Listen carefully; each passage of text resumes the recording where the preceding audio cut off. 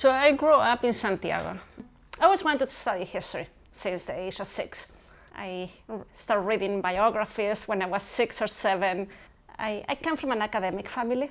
So my dad is a philosophy professor, but then the military coup happened.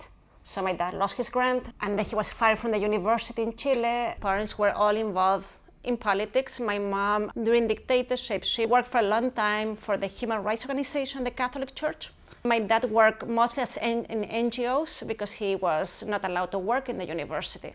The late 80s, when I was in high school, were very active in a sense. That was the plebiscite, the end of dictatorship, and it was a fun time in some ways. I could go out and go to demonstrations, stuff like that. Mostly in high school, I got very involved with Amnesty International. Then I entered college in 1990. You work very early on into research. So I've been working on the archives since my first year college. And then I came as an international student to UCSD to do Latin American history because I wanted mostly like a more broader perspective.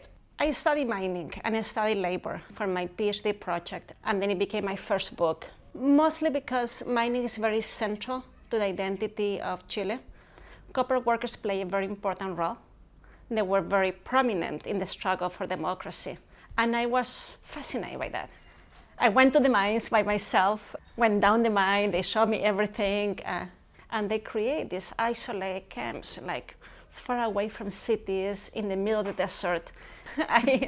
My first job was to work in the basement of the National Library in Chile with a big cat and organizing documents, and I thought that would be the rest of my life.